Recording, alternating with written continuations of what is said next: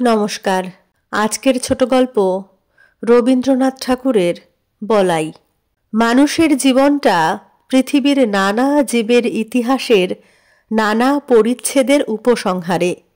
এমন একটা কথা আছে, লোকালয়ে মানুষের মধ্যে আমরা নানা জীবজন্তুর প্রচ্ছন্ন পরিচয় পেয়ে থাকি। সে কথা জানা। বস্তুত আমরা মানুষ বলি সেই পদার্থকে যেটা আমাদের ভিতরকার সব জীবজন্তুকে মিলিয়ে এক করে নিয়েছে। আমাদের বাঘ ও গরুকে এক খোয়াড়ে দিয়েছে পুরে। অহিনকুলকে এক খাঁচায় ধরে রেখেছে। যেমন রাগিনী বলি তাকেই, যা আপনার ভিতরকার সমুদয় সা রে গা মা গুলোকে সঙ্গীত করে তোলে। তারপর থেকে তাদের আর গোলমাল করবার সাধ্য থাকে না। কিন্তু সঙ্গীতের ভিতরে এক একটি সুর অন্য সকল সুরকে ছাড়িয়ে বিশেষ হয়ে ওঠে। কোনোটাতে মধ্যম, কোনোটাতে কোমল গান্ধার, কোনোটাতে পঞ্চম। আমার ভাইপো বলাই, তার প্রকৃতিতে কেমন করে গাছপালার মূল সুরগুলোই হয়েছে প্রবল। ছেলেবেলা থেকেই চুপচাপ চেয়ে চেয়ে দেখাই তার অভ্যাস, নড়ে চড়ে বেড়ানো নয়।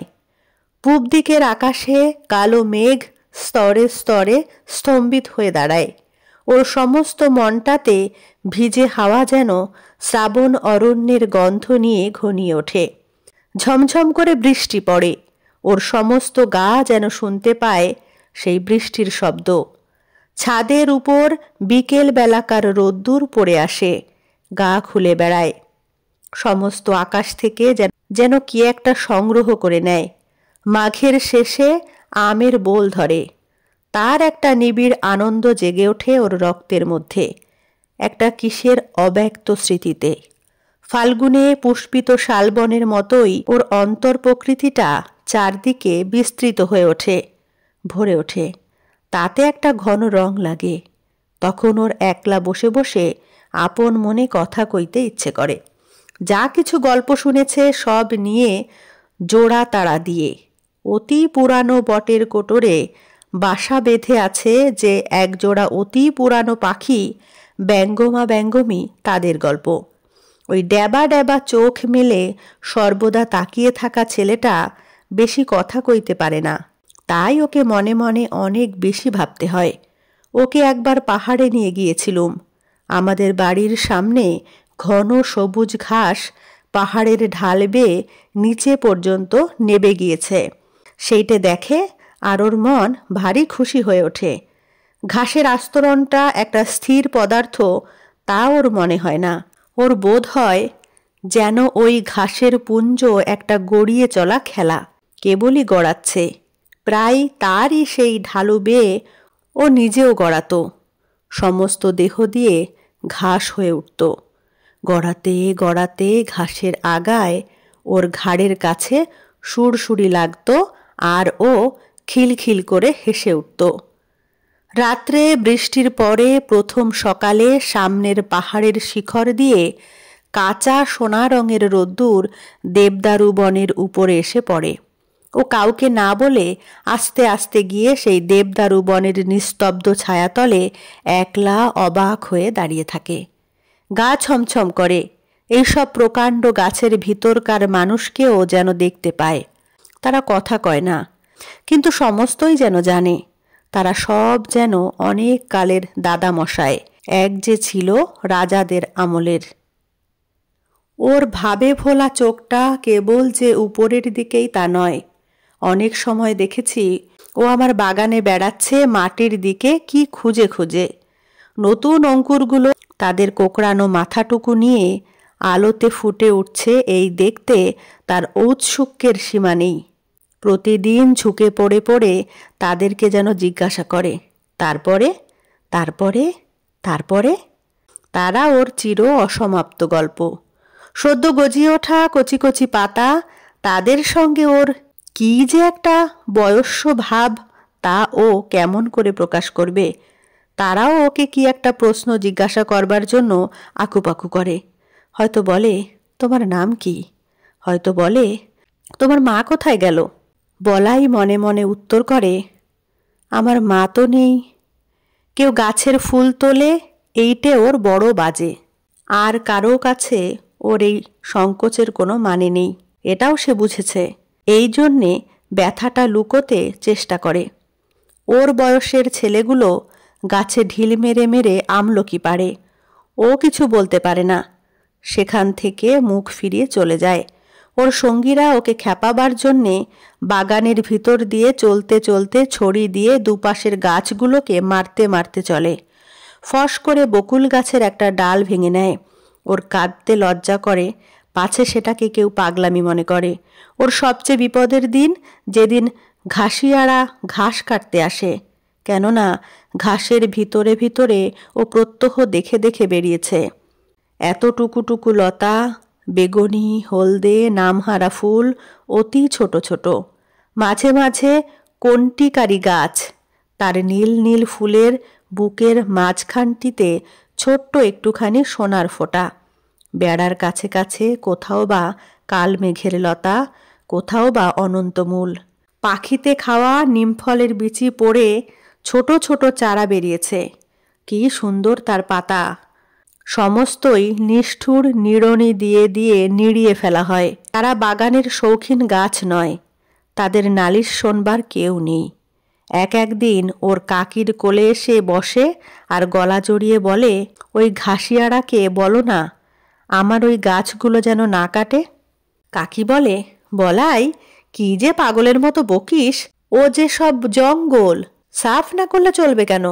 বলাই অনেক দিন থেকে বুঝতে পেরেছিল কতকগুলো ব্যথা আছে যা সম্পূর্ণ ওর একলারই। ওর চারদিকের লোকের মধ্যে তার কোনো সাড়া নেই। এই ছেলের আসল বয়স সেই কোটি বৎসর আগেকার দিনে, যেদিন সমুদ্রের গর্ভ থেকে নতুন জাগা পঙ্কস্তরের মধ্যে পৃথিবীর ভাবী অরণ্য আপনার জন্মের প্রথম ক্রন্দন উঠিয়েছে। সেদিন পশু নেই, পাখি নেই, জীবনের কলরব নেই, চারদিকে পাথর আর পাক আর জল। কালের পথে সমস্ত জীবের অগ্রগামী গাছ সূর্যের দিকে জোর হাত তুলে বলেছে, আমি থাকব, আমি বাঁচব, আমি চিরপথিক।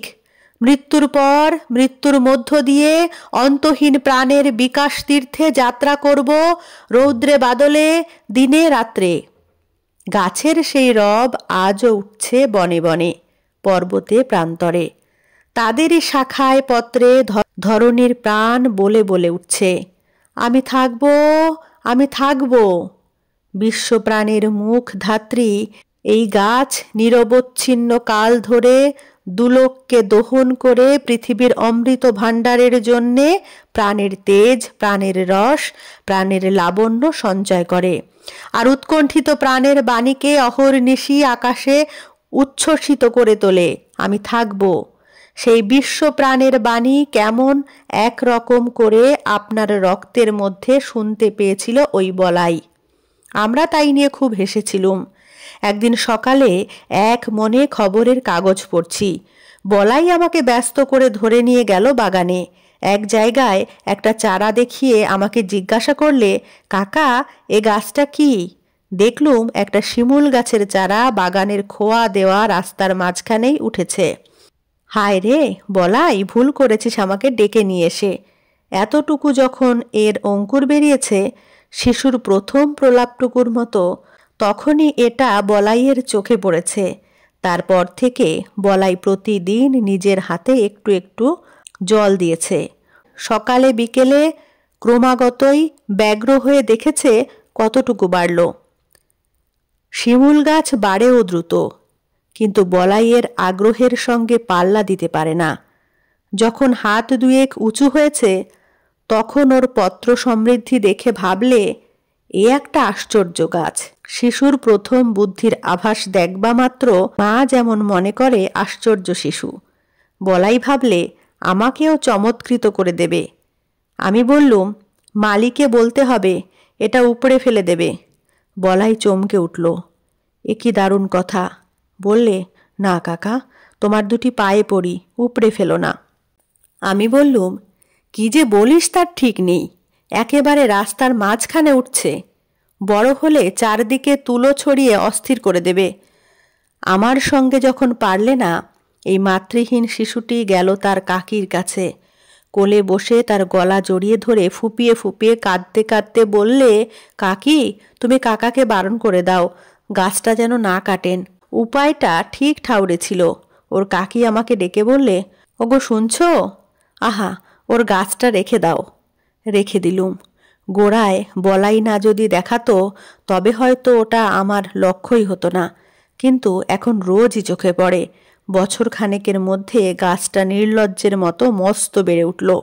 বলাইয়ের এমন হলো, এই গাছটার পরেই তার সবচেয়ে স্নেহ। গাছটাকে প্রতিদিনই দেখাচ্ছে নির্বোধের মতো। একটা অজায়গায় এসে দাঁড়িয়ে কাউকে খাতির নেই, একেবারে খাড়া লম্বা হয়ে উঠছে। যে দেখে সেই ভাবে, এটা এখানে কি করতে? আরও 2-4 বার এর মৃত্যুদণ্ডের প্রস্তাব করা গেল। বলাইকে লোভ দেখালুম, এর বদলে খুব ভালো কতকগুলো গোলাপের চারা আনিয়ে দেব। বললেম, নিতান্তই শিমুল গাছই যদি তোমার পছন্দ, তবে আর একটা চারা আনিয়ে বেড়ার ধারে পুঁতে দেব, সুন্দর দেখতে হবে। কিন্তু কাটবার কথা বললেই আতকে ওঠে। আর ওর কাকি বলে, আহা, এমনিই কি খারাপ দেখতে হয়েছে। আমার বৌদিদির মৃত্যু হয়েছে যখন এই ছেলেটি তার কোলে। বোধ করি সেই শোকে দাদার খেয়াল গেল। তিনি বিলেতে ইঞ্জিনিয়ারিং শিখতে গেলেন। ছেলেটি আমার নিঃসন্তান ঘরে কাকির কোলেই মানুষ। বছর 10 পরে দাদা ফিরে এসে বলাইকে বিলাতি কায়দায় শিক্ষা দেবেন বলে প্রথমে নিয়ে গেলেন সিমলে, তারপরে বিলেত নিয়ে যাবার কথা। কাঁদতে কাঁদতে কাকির কোল ছেড়ে বলাই চলে গেল। আমাদের ঘর হলো শূন্য। তারপরে 2 বছর যায়। ইতিমধ্যে বলাইয়ের কাকি গোপনে চোখের জল মোছেন, আর বলাইয়ের শূন্য শোবার ঘরে গিয়ে তার ছেঁড়া 1 পাটি জুতো, তার রবারের ফাটা গোলা আর জানোয়ারের গল্পওয়ালা ছবির বই নাড়েন চাড়েন। এতদিনে এই সব চিহ্নকে ছাড়িয়ে গিয়ে বলাই অনেক বড় হয়ে উঠেছে, এই কথা বসে বসে চিন্তা করেন। কোনো এক সময়ে দেখলুম লক্ষ্মী ছাড়া শিমুল গাছটার বড় বাহার বেড়েছে। এত দূর অসঙ্গত হয়ে উঠেছে যে আর প্রশ্রয় দেওয়া চলে না। এক সময়ে দিলুম তাকে কেটে।